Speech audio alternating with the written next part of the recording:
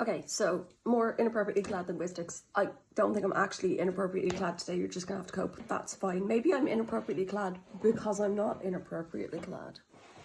Think about that. Or not. It's not very interesting. Okay, so someone tagged me in this or said it in a comment and post of mine or something, and it's something I, like, obviously saw ages ago somewhere else on the internet, but I love it. It's one of my favorite things that exists. And it's a tweet that points out that if you say space ghetto in a Scottish, if you say space ghetto in an American accent, this just says if you say space ghetto because everyone's American on the internet, obviously, then it sounds like a Scottish person saying Spice Girl. So let's try this, and then let's talk about one of the reasons this happens.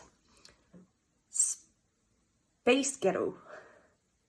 Space ghetto. Space ghetto. Which am I saying each time? Am I doing an American accent and saying space ghetto? Or am I doing a Scottish accent and saying space ghetto? It's amazing. Okay, so the space and spice don't sound 100% identical there, but they're very similar. The main thing is ghetto and girl. Ghetto and ghetto. Now, if you say them slowly, even in the accent, you can hear ghetto, and then there's ghetto.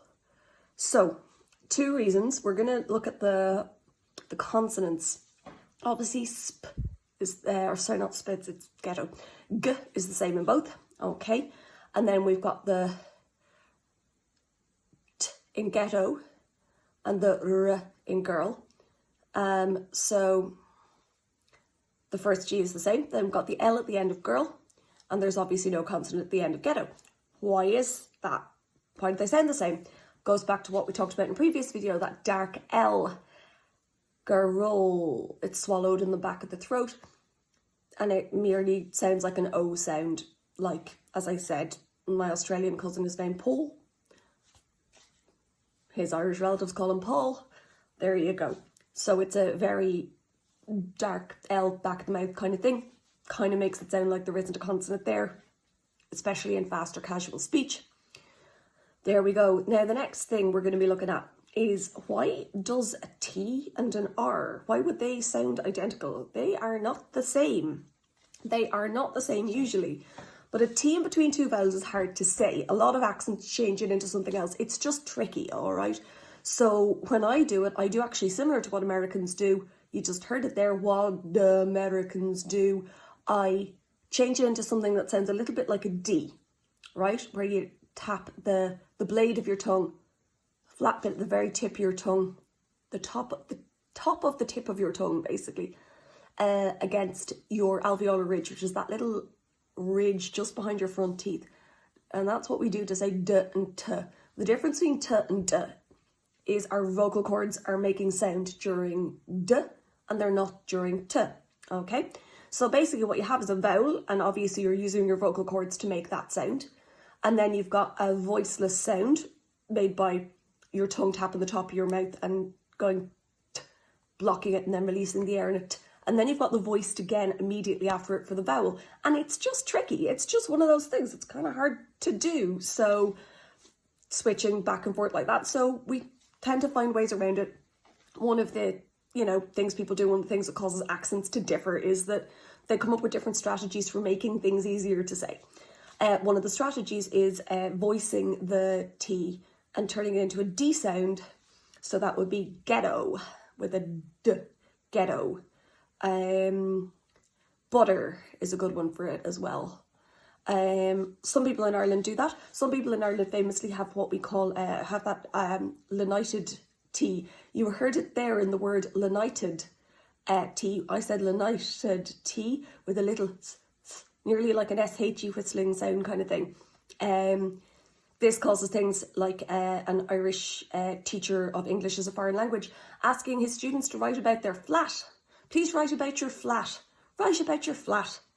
Your flat. And they all went home and wrote about flashlights, torches, because they had no idea that he meant F-L-A-T, flat. He started writing things on the board after that. That's one of the things that people do in other accents as well, but it's particularly common in Ireland. Just that weakened T, united just means weakened into that little sound. But what we're talking about here, it's not quite actually a D sound in ghetto in the American accent. It's like a super fast little D sound where you just flick your tongue up against your mouth real quick. What does that sound like? That sounds like a kind of a foreignish sort of an R sound, doesn't it? It's not the sort of R sound you have in most varieties of English, but you do up in Scotland. Ghetto. Now, why is girl have 2 syllables in Scotland? Again, if you're doing a tapped R at the tapping your blade of your tongue off the alveolar ridge, it's really hard to segue smoothly into a second consonant at the end of that, and introducing a vowel makes it easier to say. And it's just a schwa, that neutral vowel sound that we use when it's an unemphasized sound. Ghetto. And the reason ghetto is the same vowel sound at the end is that the O is not the emphasized sound in ghetto. So ghetto, ghetto. And that's where that's coming from. A D sound and a tapped R, that's called a tapped R, because you just tap the blade of your tongue off the alveolar ridge. Sound real similar. And that's why space ghetto and spice ghetto sound so alike. I hope you learned something. There wasn't any swearing in this, I'm so sorry. But, you know, cope.